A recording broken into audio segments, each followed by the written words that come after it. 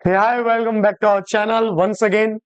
आज के इस वीडियो में हम देखने वाले हैं क्लास 10th के चैप्टर 15 आवर इन्वायरमेंट के कुछ एमसीक्यूज। ठीक है, in this video we gonna discuss about our environment, हमारा पर्यावरण, हमारे आसपास जो भी है, वाटर है, सॉइल है, वेदर है, ठीक है, along with the living organism है, इन सब को मिला के हम क्या कहते हैं? इन्वायरमेंट कहते हैं। क्या कहते हैं? This is called as our environment. So our environment का पहला क्वेश्चन ये है, the decomposers in an ecosystem. Ecosystem के अंदर डिकम्पोजर्स कौन होते हैं? ठीक है, डिकम्पोजर्स कौन होते हैं, क्या काम करते हैं? Convert organic material into inorganic form. क्या डिकम्पोजर्स ऑर्गेनिक मटेरियल को इनऑर्गेनिक फॉर्म में कन्वर्ट करते हैं, जैसे कि C6H12O6, इन सबको H2O में, CO2 में, इन सब में कन्वर्ट करते हैं? या सेकंड ऑप्शन है, convert inorganic material to simpler forms, inorganic को सिंपल में बदलते हैं? थर्ड ऑप्शन है, convert inorganic material into organic compound.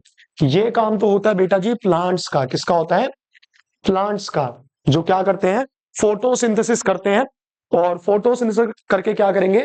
Inorganic को ऑर्गेनिक में कन्वर्ट कर देंगे। अगला ऑप्शन है, do not break down the organic compound. ये तो एकदम ही गलत हो गया। डीकंपोजर ऑर्गेनिक कंपाउंड को क्या करते हैं? ब्रेक डाउन करते हैं। तो इसमें डी रॉन्ग है, सी रॉन्ग है, convert inorganic to simple form wrong है। यहां क्या आएगा? ऑर्गेनिक मटेरियल किस में कन्वर्ट करते हैं? इन ऑर्गेनिक रीयूजेबल फॉर्म्स में कन्वर्ट करते हैं। कौन? डीकंपोजर्स। कौन होते हैं? Bacteria and fungi. Bacteria and fungi क्या होते हैं? डीकंपोजर्स होते हैं। Moving to the next question, which statement show the interaction of which statement show the interaction of abiotic component with a biotic component? Biotic और abiotic के बीच में क्या पूछा गया इस क्वेश्चन में? इंटरैक्शन पूछा गया। हमें पता है इकोसिस्टम क्या होता है। इकोसिस्टम एक तरह से इंटरैक्शन होता है, किसके बीच में? बायोटिक एंड एबायोटिक के बीच में, प्लस एबायोटिक एंड एबायोटिक के बीच में, एंड बायोटिक एंड बायोटिक के बीच में। लिख देता हूं यहां अच्छे से। इकोसिस्टम क्या होता है? इंटरएक्शन होता है। इकोसिस्टम क्या होता है? इंटरएक्शन होता है। किसके बीच में? Between biotic and biotic. Between किसके बीच में? बायोटिक एंड बायोटिक के बीच में। ग्रास को गोट खा रही, तो ग्रास क्या है? बायोटिक है। गोट क्या है? बायोटिक है। तो किसके बीच इंटरेक्शन चला? बायोटिक एंड बायोटिक के बीच चला। और किसके बीच होता है इंटरेक्शन? इंटरेक्शन होता है बायोटिक एंड एबायोटिक के बीच भी होता है इन द इकोसिस्टम। कि जो प्लांट है, यानी कि जो बायोटिक कंपोनेंट है, वो सनलाइट का, CO2 का, वाटर का यूज करके फूड बना रहा है। तो सनलाइट क्या है? CO2 क्या है? एबायोटिक। प्लांट क्या है? बायोटिक। तो बायोटिक एबायोटिक का भी हो सकता है इंटरेक्शन। और किसका इंटरेक्शन हो सकता है इकोसिस्टम के अंदर? इसके अलावा और किसका इंटरेक्शन पाया जा सकता है इकोसिस्टम में? एबायोटिक एंड ए बायोटिक के बीच में भी इंटरेक्शन हो सकता है। फॉर एग्जाम्पल, जो रॉक है, रॉक के ऊपर काफी लंबे समय से पानी गिर रहा है, टेम्परेचर वगैरह आ रहा है, उसकी वजह से रॉक धीरे धीरे सोइल में कन्वर्ट होता है। तो रॉक हो गया, पानी हो गया, टेम्परेचर हो गया, सब क्या है? एबायोटिक है। इन सब के बीच इंटरेक्शन चल रहा है और सोइल बन रही है। तो ये क्या है? एबायोटिक एंड एबायोटिक के बीच का इंटरेक्शन। तो इकोसिस्टम में तीनों तरह के इंटरेक्शन होते हैं। क्वेश्चन पूछा गया, इनमें से कौन सा स्टेटमेंट है जो दिखाता है कि एबायोटिक एंड बायोटिक के बीच इंटरेक्शन? ग्रास ऊपर बेटा क्या है? Biotic. Feeding on leaf, leaf क्या है? बायोटिक। तो ये तो किसके बीच है? Biotic and biotic. Wrong answer. Rain water running down into the lake, rain water क्या है? एबायोटिक। लेक क्या है? एबायोटिक। तो ये इंटरेक्शन किसके बीच है? एबायोटिक एंड एबायोटिक के बीच। नेक्स्ट है, अर्थवॉर्म मेकिंग अ बरो इन द सोइल। अर्थवॉर्म क्या है बेटा जी? बायोटिक है। सॉइल के अंदर खड्डा कर रहा है, बरो कर रहा है, तो वो क्या है? एबायोटिक है। तो किसके बीच इंटरेक्शन हो रहा है ये वाला? Between biotic and abiotic. फिर भी एक और देख लेते हैं। Mouse fighting with another mouse, mouse क्या है? बायोटिक। दूसरा माउस भी क्या है? बायोटिक। तो ये तो बायोटिक बायोटिक है, तो right answer is option C. इसी तरह के सवाल आएंगे, इजी सवाल है, ठीक है, इतना ही पूछा था। बायोटिक एंड एबायोटिक के बीच का इंटरेक्शन, तो the right answer is option सी।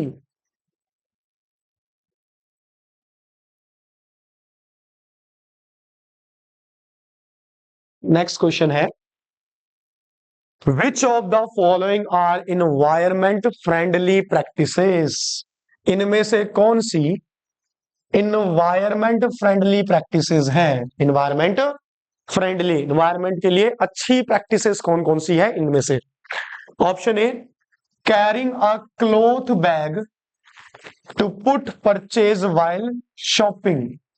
हमें कपड़े का बैग लेना चाहिए शॉपिंग करते वक्त, प्लास्टिक वगैरह यूज नहीं करना चाहिए। तो कैसी प्रैक्टिस है बेटा? अच्छी प्रैक्टिस है, बुरी प्रैक्टिस है? This is a good practice.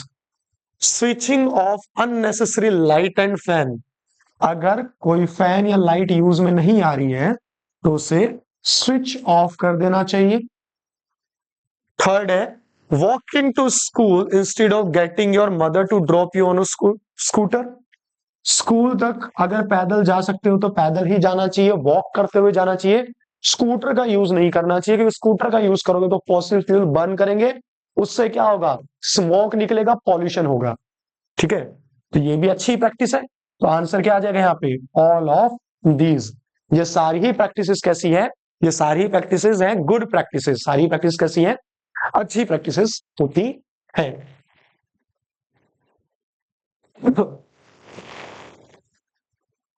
The amount of energy date flow from one trophic level in a food chain is, कितनी एनर्जी एक ट्रॉपिक लेवल से अगले ट्रॉपिक लेवल में जाती है? क्वेश्चन ये पूछा हुआ है।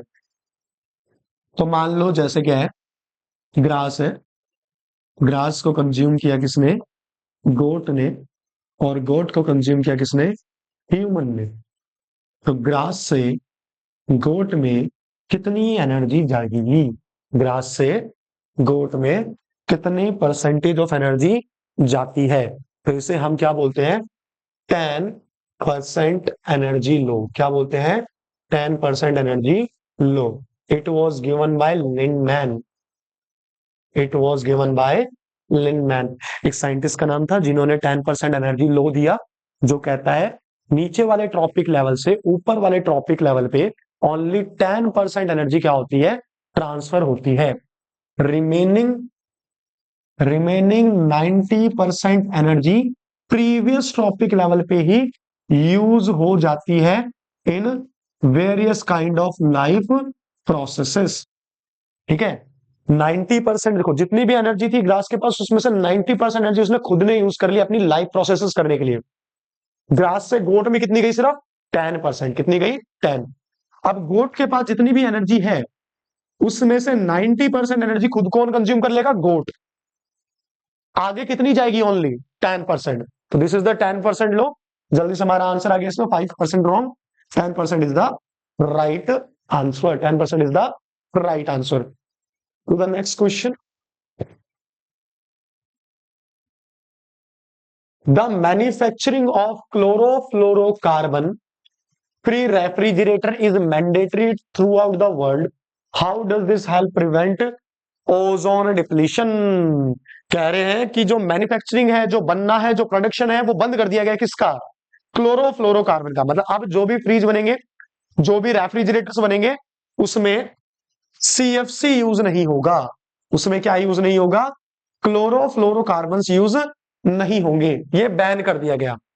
हाउ डज, तो इससे ओजोन लेयर का जो डिप्लीशन है, जो ओजोन लेयर डैमेज हो रही है, उसे कैसे रोक दिया जाता है? तो हमें मालूम है कि भाई O3 के ऊपर अगर क्लोरोफ्लोरोकार्बन गिरता है, O3 ब्रेक हो जाता है O2 प्लस O में। इसी को बोलते हैं डिप्लीशन ऑफ ओजोन। क्या बोलते हैं? Depletion of ozone. और अगर इसे रोकना है तो हमें किसे रोकना पड़ेगा? क्लोरोफ्लोरोकार्बन को। अगर क्लोरोफ्लोरोकार्बन होंगे ही नहीं तो ओजोन लेयर भी डिप्लीट नहीं होंगी। तो this will help convert oxygen molecule into ozone. अगर तुम सीएफसी का यूज बंद कर दोगे तो क्या ऑक्सीजन मॉलिक्यूल कन्वर्ट हो जाएंगे ओजोन में? नहीं यार, उसके लिए तो यूवी लाइट चाहिए। This will help convert the CFC into ozone molecule. इससे क्या सीएफसी, अगर सीएफसी का यूज बंद कर दोगे तो क्या सीएफसी ओजोन में कन्वर्ट हो जाएगी? एकदम ही गलत option. This will reduce the production of this will reduce the production of CFCs from oxygen molecule. ये करने से सीएफसी का प्रोडक्शन बंद हो जाएगा। या फिर लास्ट ऑप्शन क्या है? This will reduce the release of CFC that react with ozone molecule. This is the right answer. ठीक है, this is the right answer. अगर हम ओजोन लेयर को बचाना है तो हमें सीएफसी का यूज क्या करना पड़ेगा? रिड्यूस करना पड़ेगा। अगर हम सीएफसी का रिड्यूस कर देंगे, यूज रिड्यूस कर देंगे, तो उससे क्या होगा? जो क्लोरोफ्लोरोकार्बन यूज होने के बाद में एटमॉस्फेयर में जा रहा था और ओजोन लेयर को डिप्लीट कर रहा था, अब वो मौजूद नहीं होगा ओजोन के साथ रिएक्शन करने के लिए, और इसकी वजह से ओजोन लेयर डिप्लीट नहीं होगी। तो पूछा था बस इतना ही कि अगर सीएफसी का यूज बंद कर दें, रिड्यूस कर दें, तो उससे क्या फायदा होगा? तो ओजोन, सीएफसी ऊपर नहीं जाएगा, ओजोन के पास स्ट्रेटोस्फेयर में, उसके साथ रिएक्ट नहीं करेगा, और रिएक्ट नहीं करेगा तो ओजोन लेयर को ऑक्सीजन एंड ऑक्सीजन एटम में नहीं, oxygen molecule and oxygen atom में तोड़ नहीं पाएगा। यानी हमने ओजोन को क्या कर लिया? प्रोटेक्ट कर लिया।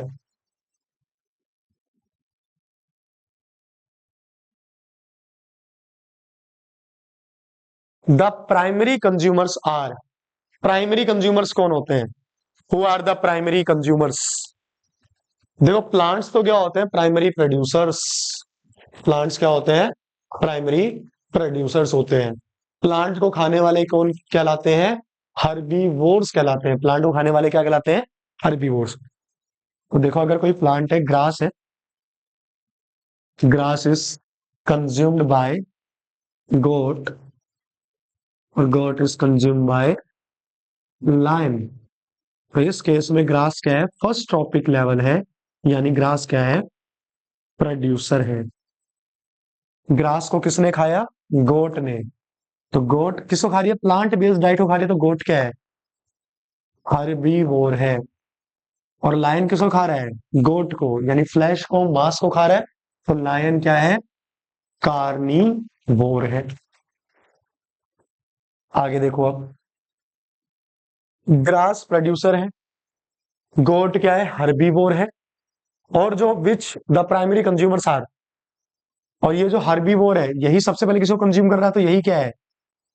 प्राइमरी कंज्यूमर है, जो प्लांट को खा रहा है। और जो गोट को खा रहा है वो कौन है? सेकेंडरी कंज्यूमर है। गोट को खाने वाला कौन है? Secondary consumer. गोट को खाने वाला कौन है? Secondary consumer. गोट जिसको खा रही है तो गोट क्या हुई? मतलब गोट किसको खा रही है? ग्रास को, तो गोट क्या हुई? Primary consumer. तो पूछा गया था primary consumers are, primary consumer level पे कौन होता है? कार्निवोर? नहीं, कार्निवोर तो कौन है? लाइन, ये तो नहीं है। ओमनिवोर? और ऊपर हो सकता है, ये भी नहीं है। प्रोड्यूसर? नहीं है। आंसर क्या है? हर्बीवोर्स। हर्बीवोर्स को हम क्या बोलते हैं? प्राइमरी कंज्यूमर्स बोलते हैं। Next question, which of the following is responsible for the depletion of ozone layer? इनमें से कौन सी ऐसी चीज है that is responsible ozone layer को डिप्लीट करवाने के लिए? तो मालूम है हमें कि ये O3 है, ये क्या है? O3। अगर इससे रिएक्ट करता है कौन? क्लोरोफ्लोरोकार्बन्स, तो O3 यानी ओजोन ब्रेक हो जाए किसमें? O2 plus oxygen atom. O2 plus oxygen atom में ब्रेक हो जाएगा। ये जो O3 है इसे क्या बोलेंगे? ओजोन। ये क्या है? Oxygen molecule. और ये क्या है? Oxygen atom.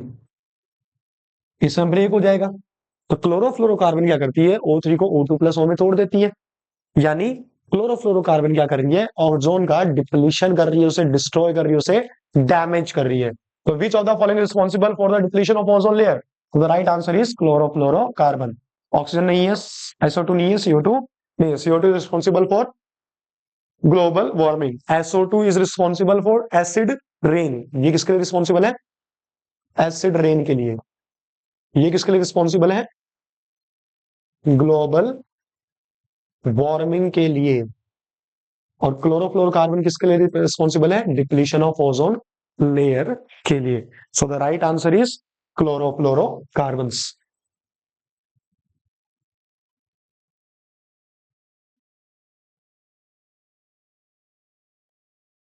The driving force of any ecosystem. किसी भी इकोसिस्टम में ड्राइविंग फोर्स क्या होती है? किसी भी इकोसिस्टम के अंदर, किसी भी इकोसिस्टम के अंदर ड्राइविंग फोर्स क्या होती है जिसके से वो चलता है? कार्बोहाइड्रेट, सोलर एनर्जी, बायोमास या एटीपी। किसी भी इकोसिस्टम को चलाने के लिए हमें चाहिए होती है sunlight. Sun is the ultimate source of life. Sun is the ultimate source of energy. देखो, कोई भी इकोसिस्टम किस पे डिपेंड होता है? प्लांट्स पे डिपेंड होता है। प्लांट्स यानी कि प्रोड्यूसर्स पे डिपेंड होता है। कोई भी इकोसिस्टम किस पे डिपेंड होता है? प्रोड्यूसर्स पे। किस पे डिपेंड होता है? प्रोड्यूसर्स यानी कि प्लांट पे डिपेंड होता है। और ये प्लांट अल्टीमेटली खुद किस पे डिपेंड होता है? ये डिपेंड होता है सन से आने वाली लाइट पे। अगर सनलाइट नहीं आएगी तो फोटोसिंथेसिस कैसे कर पाएगा? यहां पर क्या होगा? प्रोड्यूसर्स के ऊपर पूरा इकोसिस्टम डिपेंड होता है एंड इन टर्न प्रोड्यूसर खुद किस पे डिपेंड होता है? सनलाइट पे। तो जब सनलाइट आएगी तभी वो फोटोसिंथेसिस करेगा। फोटोसिंथेसिस करेगा यानी अपना खाना बनाएगा, और वही खाना फिर अगले लेवल पे क्या होगा? ट्रांसफर होगा in the form of energy. In the form of energy. तो किसी भी इकोसिस्टम को चलाने के लिए the ultimate source of energy क्या है? सनलाइट है। The ultimate source of energy क्या है? सनलाइट। कार्बोहाइड्रेट तो बस यार प्रोड्यूसर्स के आगे ट्रांसफर हो रही है। सोलर एनर्जी, सनलाइट यानी कौन सी एनर्जी है? Solar energy is the ultimate source of energy in any kind of ecosystem. यही क्या है? ड्राइविंग फोर्स है जो इकोसिस्टम को चलाती है, इकोसिस्टम को मेंटेन रखती है, इकोसिस्टम को चलाती है आगे। वो कौन सी चीज है? Solar energy, solar input. Kitchen waste can be hygienically disposed of through. अगर हमें किचन वेस्ट को डिकम्पोज करना है, किचन वेस्ट को ठिकाने लगाना है, डिस्पोज करना है, तो क्या तरीका है? डंपिंग, कंपोस्टिंग, इंसिनेशन या रिसाइकलिंग। अगर हमें किसे ठिकाने लगाना है, किसे डिस्पोज करना है? किचन वेस्ट को, तो सबसे बेस्ट तरीका है एक खड्डा खोदो, तुम मत गिर जाना उसमें, ठीक है? क्योंकि दूसरों के लिए खड्डा खोदता है, खुद गिरता है। चलो छोड़ो, एक खड्डा खोदो, उसके अंदर क्या करो? जितना भी किचन का वेस्ट आ रहा है, जितना भी किचन का क्या आ रहा है? वेस्ट आ रहा है, वो सारा उस खड्डे में डाल दो, उसे कवर कर दो। आफ्टर 3/4 मंथ तुम क्या देखोगे? ये जो भी वेस्ट था किचन का, ये धीरे धीरे किस में कन्वर्ट हो चुका है? खाद यानी कंपोस्ट में कन्वर्ट हो चुका है। इसी प्रोसेस को बोलते हैं कंपोस्टिंग। इसे ही क्या बोलते हैं? कंपोस्टिंग। तो किचन वेस्ट को हाइजीनिकली ठिकाने लगाने का सबसे बेस्ट ऑप्शन कौन सा है? कंपोस्टिंग है। सबसे बेस्ट तरीका क्या है? कंपोस्ट बना लो उससे, ठीक है, ताकि प्लांट वगैरह को भी उससे न्यूट्रिशन मिल सके। तो कंपोस्टिंग कर सकते हैं। नेक्स्ट, अच्छा, इंसरीनेशन का मतलब क्या होता है ये बता देता हूं थोड़ा सा। आई होप आपको ये डायग्राम दिख रहा होगा, ठीक है? इस डायग्राम में देखो क्या है, जो भी तुम्हारा सॉलिड कचरा होता है उसे हाई टेम्परेचर पे बर्न करते हैं। किससे बर्न करते हैं? हाई टेम्परेचर पे। किससे बर्न कर रहे हैं? हाई टेम्परेचर पे उसे बर्न कर रहे हैं। That process is called as incineration. That process called as incineration. Next question, ठीक है? कचरे को किस पे बर्न कर रहे हैं? At high temperature. किस पे बर्न कर रहे हैं? High temperature. यूजुअली हम ये सीरिंज के लिए यूज करते हैं, हॉस्पिटल वेस्ट वगैरह के लिए यूज करते हैं, ठीक है? तो ये तरीका होता है। इससे फिर अल्टीमेटली हमें सिर्फ एशेज मिलती हैं, एशेज यानी राख मिलती है।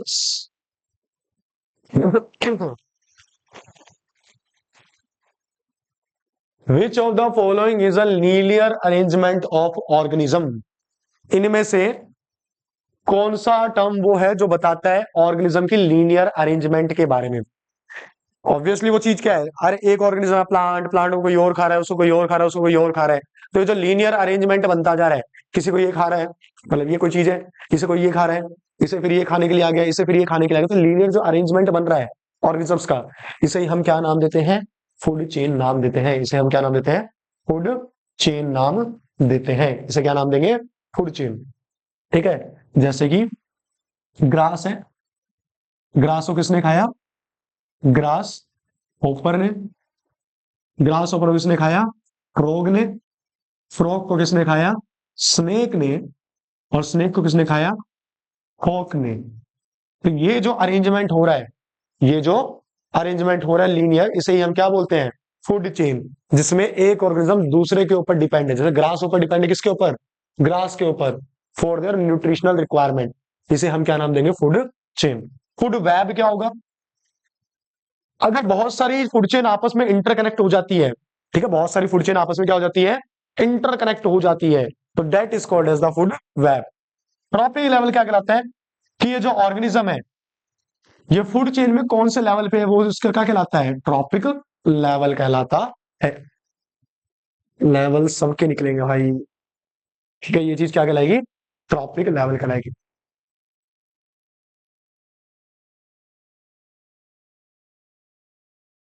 And agricultural cropland is, agricultural cropland क्या है, जब मतलब खेत जो होता है वो किसका पार्ट है, खेत क्या है, बेसिकली इकोसिस्टम है, क्या है, उसमें तुम्हारी फसल होगी, क्रॉप होगी, जो कि क्या है, बायोटिक कंपोनेंट है, उसमें वाटर भी होगा, उसमें सनलाइट भी होगी, उसमें एयर भी होगा, वहां वेदर भी होगा, जो कि क्या है, एबायोटिक कंपोनेंट है। इकोसिस्टम होता क्या है, इकोसिस्टम होता क्या है, इको सिस्टम होता क्या है, इकोसिस्टम दो चीजों से मिलकर बना होता है, एक होता है बायोटिक कंपोनेंट यानी लिविंग कंपोनेंट, और एक होता है ए बायोटिक कंपोनेंट। ए बायोटिक का मतलब होता है नॉन लिविंग, बायोटिक का मतलब क्या होता है, लिविंग।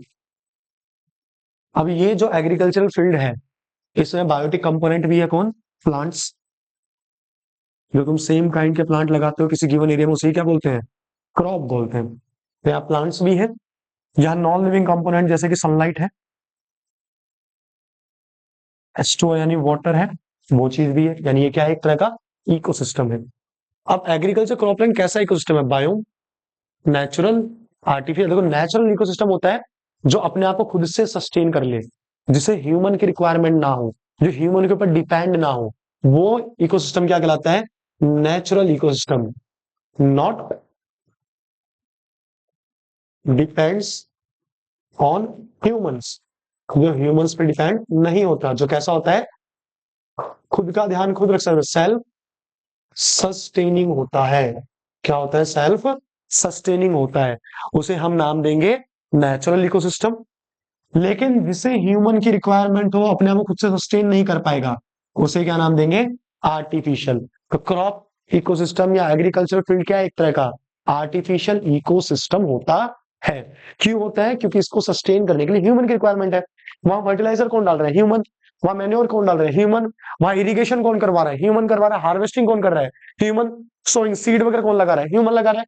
तो ये इकोसिस्टम कैसा हो गया, आर्टिफिशियल इकोसिस्टम। तो एग्रीकल्चर फील्ड कैसा है, आर्टिफिशियल इकोसिस्टम होता है।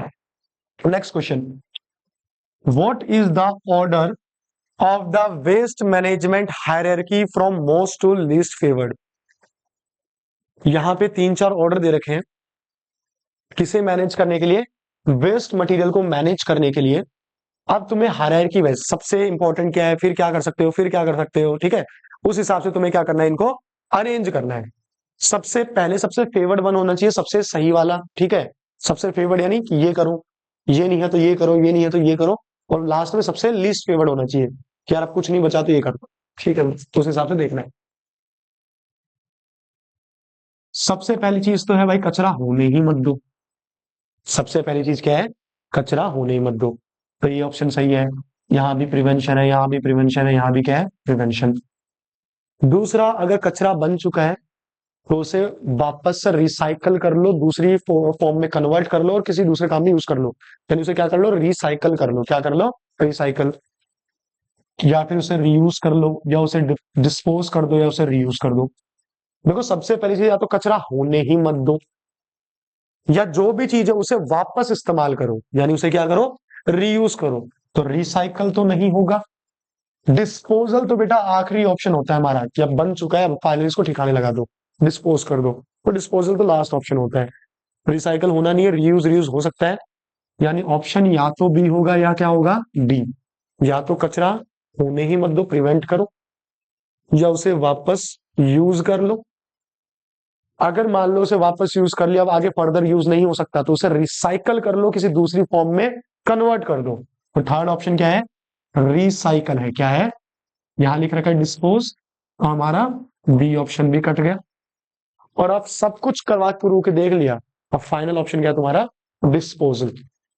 So the answer is prevention. होने मत दो, वापस से यूज कर लो, या फिर उसे रिसाइकल कर लो, या फिर अल्टीमेटली उसे क्या कर सकते हैं, डिस्पोज कर सकते हैं। क्या कर सकते हैं, डिस्पोज कर सकते हैं।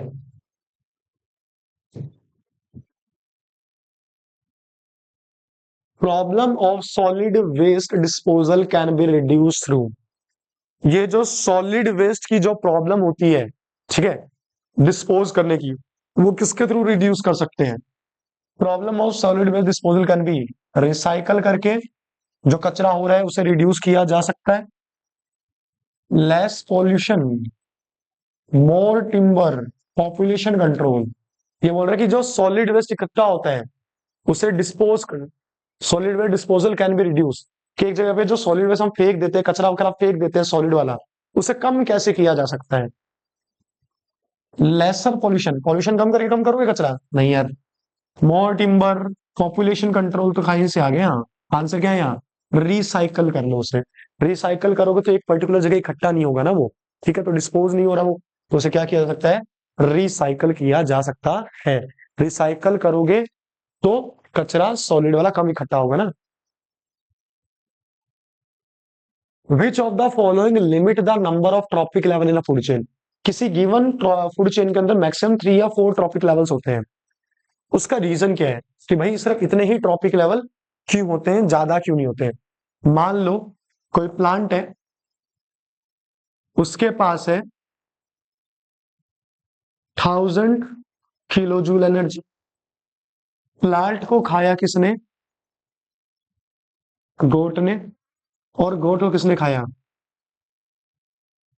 लायन ने। तो प्लांट के पास एनर्जी कितनी थी, 1000। अगले ट्रॉपिक लेवल पे कितनी जाएगी, सिर्फ 10% जाएगी। कितनी जाएगी, 10, यानी कितनी जाएगी, 100। इससे अगले पे कितनी जाएगी, ओनली 10 किलो जूल। यानी हमें पता है एक ट्रॉपिक लेवल से नेक्स्ट ट्रॉपिक लेवल ओनली कितनी एनर्जी ट्रांसफर होती है, 10%। एक टाइम आएगा ना उसके बाद कुछ एनर्जी बचेगी नहीं, या नेग्लिजिबल होगी, तो किसी काम की नहीं होगी अगले वाले ट्रॉपिक लेवल के लिए। इसीलिए किसी भी फूड चेन के अंदर जो ट्रॉपिक लेवल्स होते हैं वो मैक्सिमम 3 या 4 होते हैं। क्यों, क्योंकि उसके बाद में, क्योंकि एनर्जी यार धीरे धीरे सिग्निफिकेंटली क्या हो रही है, रिड्यूस होती जा रही है। जैसे जैसे ऊपर जा रहे हो, जैसे जैसे ट्रॉपिक लेवल बढ़ता जा रहा है, एनर्जी क्या होती जा रही है, रिड्यूस होती जा रही है। इसीलिए विच ऑफ द फॉलोइंग लिमिट, यानी रोकता है नंबर ऑफ ट्रॉपिक लेवल को इन फूड चेन, कि नंबर ऑफ ट्रॉपिक लेवल किसी फूड चेन में मैक्सिमम 3 या 4 ही होंगे। उन्हें रोकता कौन है, पानी नहीं, पॉल्यूटेड एयर नहीं, डेफिशिएंट फूड सप्लाई पता नहीं, डिक्रीज इन एनर्जी, ठीक है, पता क्या नहीं, गलत है।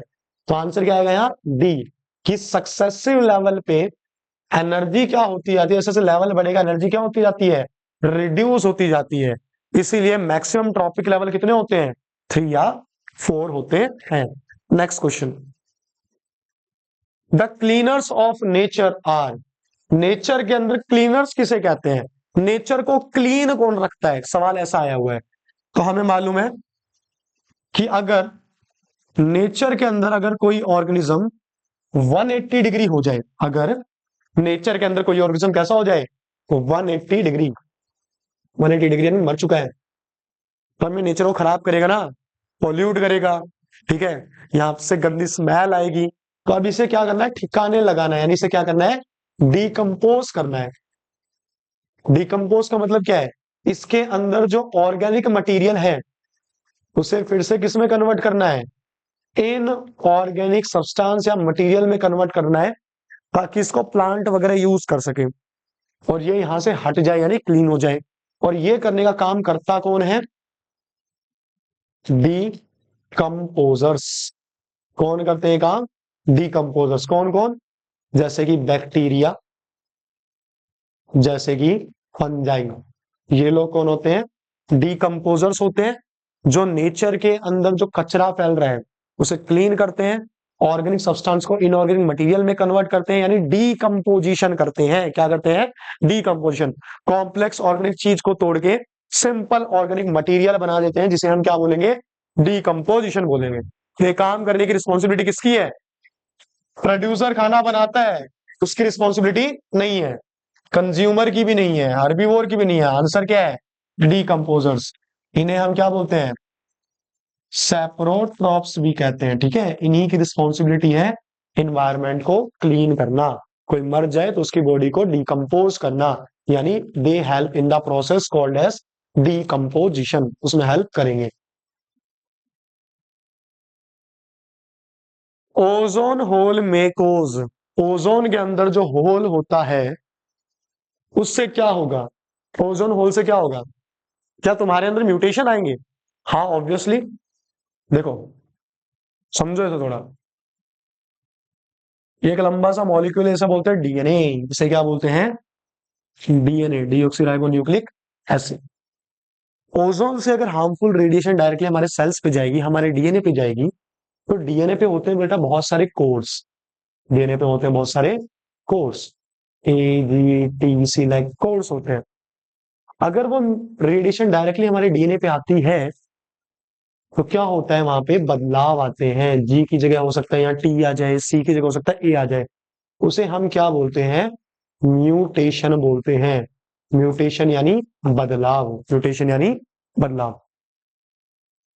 देखो होता क्या है कि ये है हमारी प्यारी धरती, सरफेस, इस पे खड़े हो तुम। अब क्या होता है? सन से आती है हार्मफुल लाइट, जिसे बोलते हैं यूवी लाइट। जिसे क्या बोलते हैं? UV light. इससे बचाने के लिए हमारी प्रोटेक्टिव कवरिंग होती है कौन? Ozone layer. ओजोन लेयर क्या करती है? हमें हार्मफुल यूवी लाइट से बचाती है। ओजोन लेयर क्या करती है? हमें हार्मफुल यूवी लाइट से बचाती है। अगर बेटा ये ओजोन नहीं होगी यहां पर, तो ये डायरेक्टली ये जो यूवी लाइट है ये एंटर कर जाएगी कहां तक? तो डायरेक्टली यूवी लाइट कहां तक एंटर कर जाएगी? हमारे तक। कहां तक एंटर कर जाएगी? हमारे तक। और हमारे डीएनए में बदलाव ला सकती है, यानी क्या कर सकती है? म्यूटेशन कर सकती है। क्या कर सकती है? म्यूटेशन। अगर ज्यादा लाइट आई तो उससे ग्लोबल वार्मिंग भी हो सकती है। और अगर ये लाइट डायरेक्टली हमारी स्किन पे गिरती है तो क्या कर सकती है? स्किन कैंसर भी कर सकती है। और क्या कर सकती है? कैटरेक्ट यानी मोतियाबिंद भी कर सकती है। तो यहां पर आंसर आ जाएगा ऑल ऑफ दीज। ठीक है, अगर ओजोन नहीं होगा यानी वहां पे क्रिएट हो गया होल। होल का मतलब क्या है? ऐसा नहीं कि ओजोन बिल्कुल नहीं है। होल का मतलब ये, अगर ओजोन के लिए बहुत मोटी थी तो अब वो बहुत पतली सी बची, यानी क्या बचा? यहाँ पे ओजोन होल हो चुका है। उससे लाइट डायरेक्टली एंटर करेगी, यूवी लाइट मेरी बॉडी पे कितनी म्यूटेशन लाएगी, ग्लोबल वार्मिंग कर सकती है, स्किन कैंसर कर सकती है, कैटरेक्ट कर सकती है। आंसर क्या? All of these. ये सारे हार्मफुल इफेक्ट है किसके? ओजोन लेयर के। Which of the following could be incinerated? मतलब इनमें से कौन सी चीजें हैं जिनको जलाया जा सकता है? पेपर, मेडिसिन बोतल, नीडल ऑफ द सिरिंज, या ऑल ऑफ दीज। इंक्लिनेशन हम कर सकते हैं किसका? सॉलिड वेस्ट का। किसका? पेपर का भी कर सकते हैं, मेडिसिन बोटल्स का भी कर सकते हैं, नीडल ऑफ द सिरिंज भी कर सकते हैं। यानी यहां आंसर क्या आ जाएगा? All of these. किसको जलाया जा सकता है यार? किसको जला के ठिकाने लगा सकते हो? इन तीनों को लगा सकते हैं ना। तो आंसर क्या आएगा यहाँ पे? All of these. ठीक है।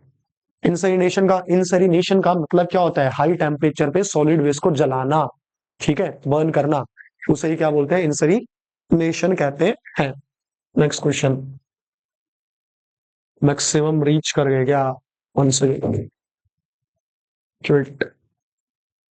Next question. अच्छा, अभी आ चुके हैं असर्शन रीजन, और देख लेते हैं। चलो, ये असर्शन रीजन क्वेश्चन आ चुका है। कैसा क्वेश्चन आ चुका है? असर्शन रीजन आ चुका है। तो two statements are given, one labelled as assertion. दो स्टेटमेंट दे रखी है, उनमें से एक तो क्या है, असर्शन है, एक तो क्या उसमें से असर्शन है, और एक क्या उसमें से रीजन है। सेलेक्ट द करेक्ट आंसर, उस हिसाब से तुम्हें करेक्ट आंसर सेलेक्ट करना है।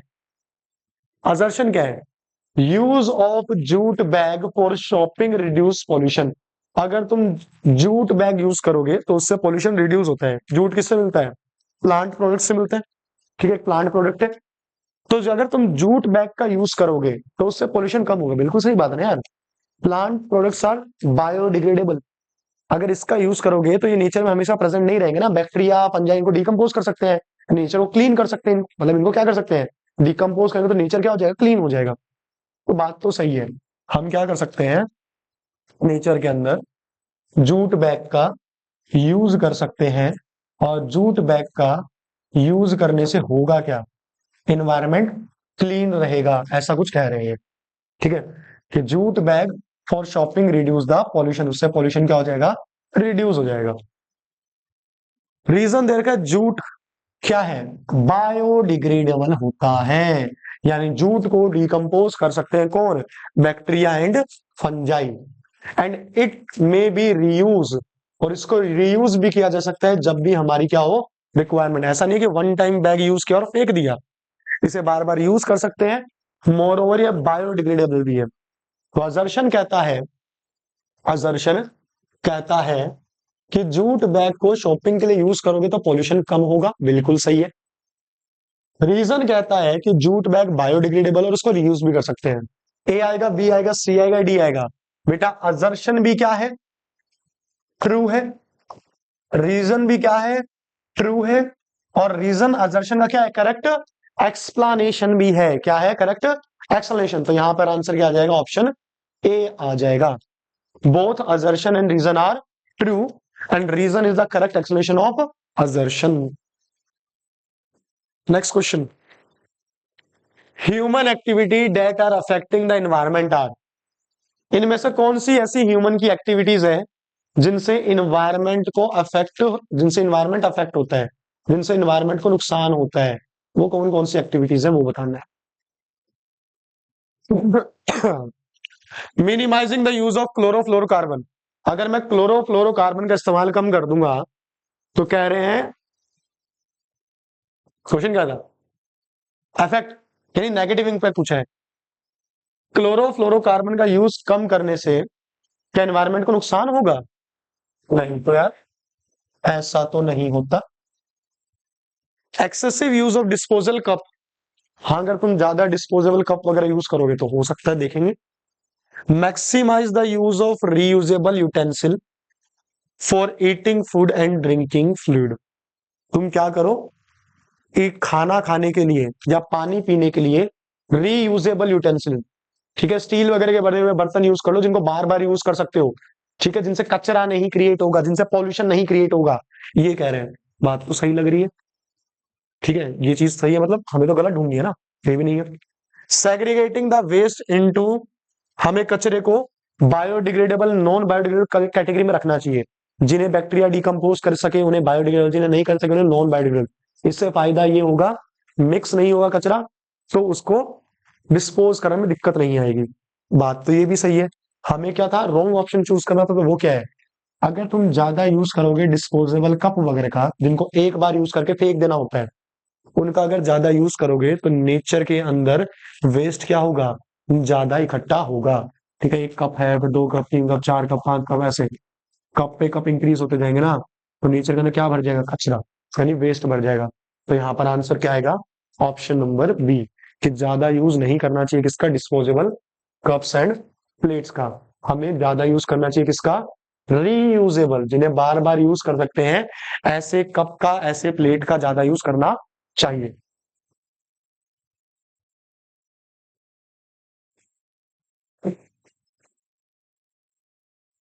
अगला क्वेश्चन है, why is the maximum concentration of pesticide found in human beings. Human beings के अंदर जो पेस्टिसाइड है उसकी कंसंट्रेशन ज्यादा क्यों होती है। सिंपल सा फिनोमिना लग रहा है, देखो यहां, अगर देखो बेटा फूड चेन है, grass, grasshopper, frog, lion, हरी, फ्रॉग के बाद स्नेक एक्सेट्रा। अगर फूड चेन है बेटा तो क्या होगा, ग्रास में जितनी भी एनर्जी है उसका सिर्फ 10% जाएगा ग्रास ओपर के पास। ग्रास ओपर के पास जितनी भी एनर्जी है उसका सिर्फ 10% जाएगा फ्रॉग के पास। और फ्रॉग के पास जितनी भी एनर्जी उसका सिर्फ 10% जाएगा किसके पास, स्नेक के पास। किसके पास, स्नेक के पास। लेकिन एक फिनोमिना होता है जिसे हम बोलते हैं बायो मैग्निफिकेशन कहते हैं। बायो मैग्निफिकेशन क्या कहता है, देखो, अगर क्या है, ग्रास है,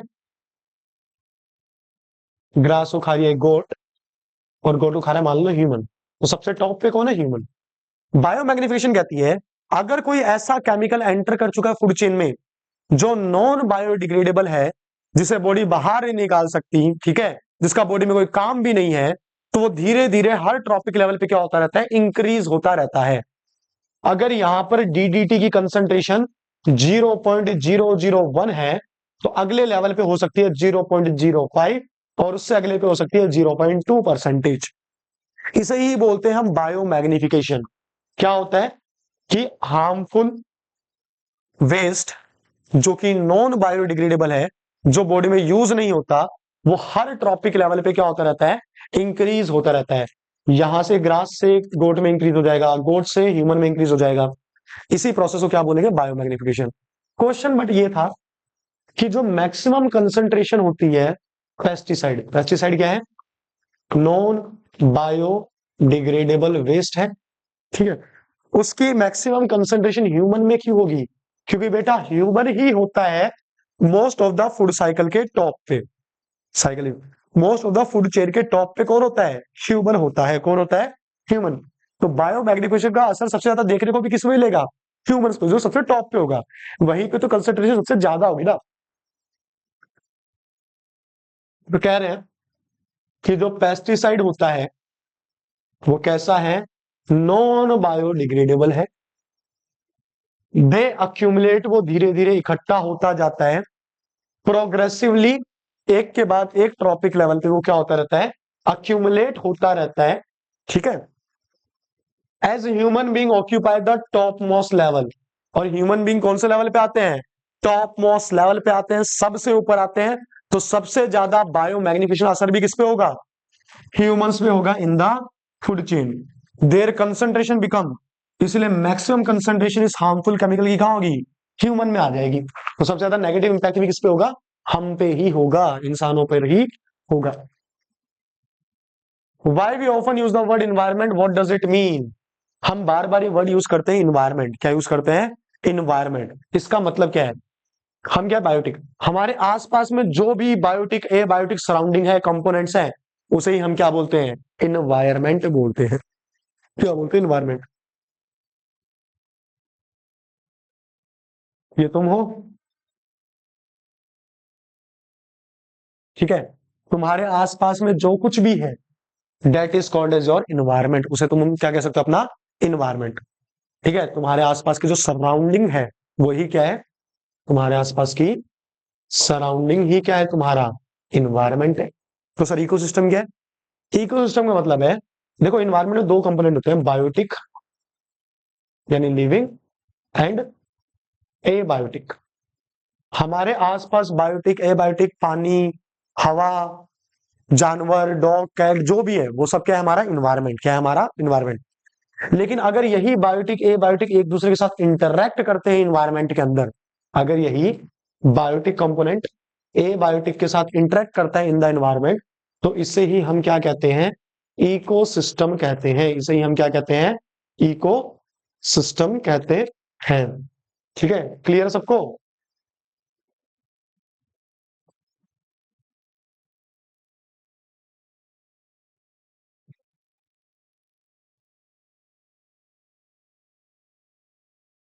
अरे भाई हो गया, ठीक है, दीज आर द क्वेश्चंस, यही क्वेश्चन थे। एक बार इसको मैं रीड और कर देता हूं। Environment can be defined as the physical और बायोलॉजिकल वर्ल्ड, हमारे आसपास में जो भी physical, biological, living, non living world है, वेयर एन ऑर्गेनिज्म लिव, जहां पर ऑर्गेनिज्म रहता है, उसे ही हम क्या नाम देंगे, इन्वायरमेंट नाम देंगे। जिसमें बायोटिक कंपोनेंट भी आ जाएंगे और अबायोटिक कंपोनेंट भी आ जाते हैं. That is called as the environment. Okay, that's it for today.